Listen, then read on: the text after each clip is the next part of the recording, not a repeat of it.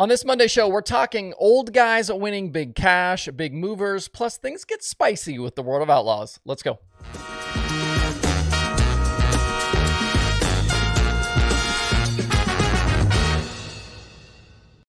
It's Monday, April 17th. I'm Justin Fiedler. This is Dirt Tracker Daily. We've got a ton of stuff to get to today as it was a busy dirt racing weekend. Before we dive in, though, make sure you make a stop today over at shoprico.com. All of Rico Abreu's 2023 gear is there now. He's got fresh t-shirts, the Chili Bowl stuff is there, and a whole lot more. There are also a ton of sale items if you're looking to score a deal, including all of last year's Rowdy apparel. And for my Dirt Tracker audience, Rico has offered up a special coupon code that gets you 24% off, and you can combine that code with sale items to save even more. So for example, if you wanted to grab a Chili Bowl shirt, they're marked down from 30 to 20, and then the coupon code gets you another almost $5 off. That's a pretty good deal. That discount code will be applied at checkout, and it is Invader24. So use code Invader24 at checkout at shoprico.com for 24% off of your order. Thanks to Rico for his support of what I'm doing. I'll have a link below in the video description as well, so you won't even have to open a browser window and type all of this stuff in. We'll start today with the big money show from over the weekend, the 100,000 win XR Super Series race at Volunteer Speedway. Packed house, sold out grandstands, 59 cars, and not a single driver had anything for Dale McDowell. It was fast time in qualifying, one heat 4, started outside front row, and led all 100 laps to bank the big money and one for the old guys. It was the richest win for McDowell since he won the Dream in 2014. Behind him, Mike Marlar and pole sitter Hudson O'Neal rounded out the day's podium. There were plenty of comers and goers in that main event. Tyler Erb went 19th to 5th, McCready 15th to 6th, Ricky Thornton Jr. 17th to 7th, and hard charger Jonathan Davenport went 23rd to 8th. Davenport actually needed a provisional to get into the big show, and at one point was in danger of going a lap down. That was surprising after the battle we saw between him and Kyle Larson there the week before. And Chris Madden was the Bulls Gap winner earlier in the week with the XR Working Man Series, but he was out on lap 1 after contact and a spin. Looking ahead this week, the late model community will stay very busy. We've got Flow Night in America shows both Tuesday and Wednesday. Each of those pays $23,000 a win. Then later this week, Lucas is finally back in action, which stops at Tri-City and Macon. The Outlaws are at 411 Thursday, and then Talladega Friday and Saturday, and that Saturday show is $50,000 to win. That should be a wild one there at Talladega. As for XR, the Super Series is back May 8th at Kokomo.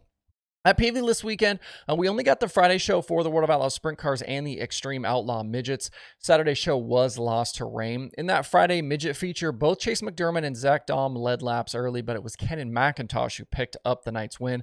He led the final 11 circuits. The Midgets ran after the Sprint Cars in that one, and I feel like you don't see this very often, but the track really at Pavely turned very bottom dominant. Not a lot of guys were able to really make anything happen on top. Dom ended up second on the night with Ryan Timms charging from the B main to the podium. Top 5 run for Kyle Jones was good enough for him to take over the points lead by 13 over Ken and Mac. Earlier in the night, things got interesting between Carson Macedo and David Gravel, and I wanted to dive into this today. Both Gravel and Macedo led laps, but after the two had contact past halfway, Brad Sweet snuck by and drove away to the victory. James McFadden went 14th to 2nd, and Logan Schuchart 6th to 3rd. Other bullet points from the night included a rare, really big crash for Donnie Schatz, kind of a rare mistake on the cushion. There was also trouble for Sheldon Hodenshield and a finish way down the order. Remember, we talked last week about Sheldon always kind of finishing in the top 10 at Pavely, but that didn't happen on Friday. And then there were big charges from Blake Hahn and Spencer Baston. I wanted to talk Gravel versus Macedo, though, because we saw some things we don't normally get a view of with the Outlaws. If you missed it, Gravel was leading on lap 26 when he and Macedo banged wheels in turn 4.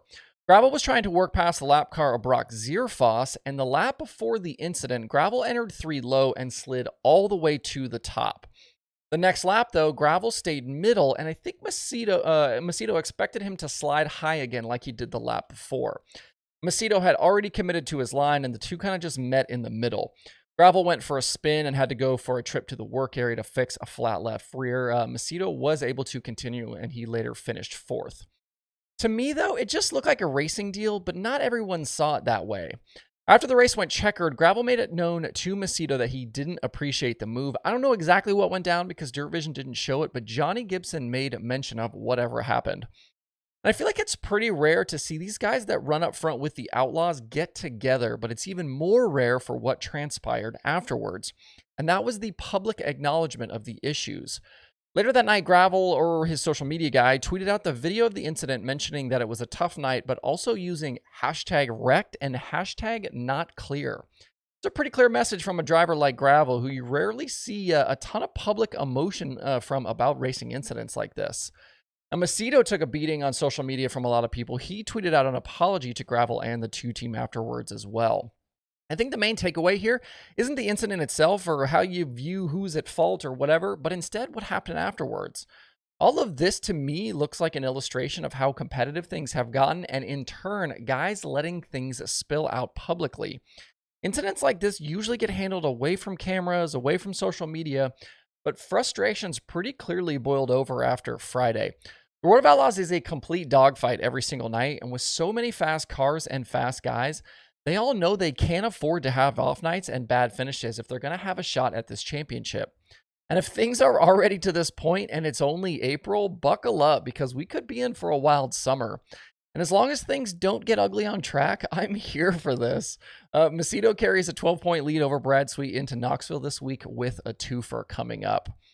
With the All-Stars over the weekend, we were treated to two incredible races at Attica as well. Friday night, Craig Mintz started 7th and picked his way to the front over the course of the 35-lapper.